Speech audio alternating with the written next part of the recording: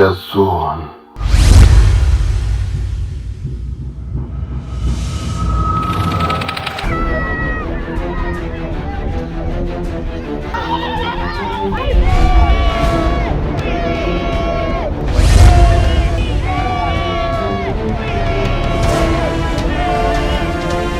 Danger Zone.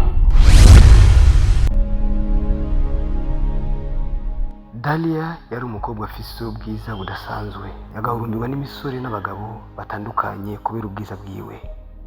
Aho yaca hose abamubonye barata amacumu, ariko nk'uko bayamaze ngo na nyambo ibura gahonzi, kandi ngo nta mwonga ubura isato ibidahizwe. Dalia yari afise ingeso zidashemeye ku buryo batacana uwaka na musaza wiwe Swahiba, bama bajyana nk'abana b'imbeba. Yamara Dalia yari afise indoto zo gutunga agatunganirwa, akongera akaganza. Ibyo bituma afata inzira idashika mu gukorana n'umuzimu w'abakurambere witwa Nzigo idashira. Uyu muzimu umwemerera kumufasha no kumwongerereza inkomezi ku buryo icyo azokwifuza cyose azokironka mu kanya isase. Ariko imbere y'uko byose abishikira, ahabwa amategeko aremeye nk'umusozi, nayo kwari ukwica abagabo 6. Ubutanka arabyemera atabanje kwiyumvira ingaruka zabyo.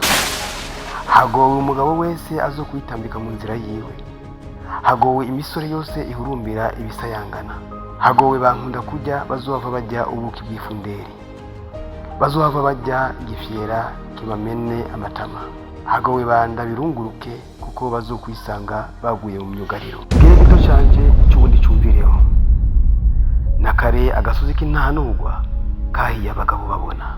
Mbe Dalia azotunganirwa, azoshobora kwica abagabo 6? Mbe basha ninde nande bari ku rugo rutonde rw'abo bagabo?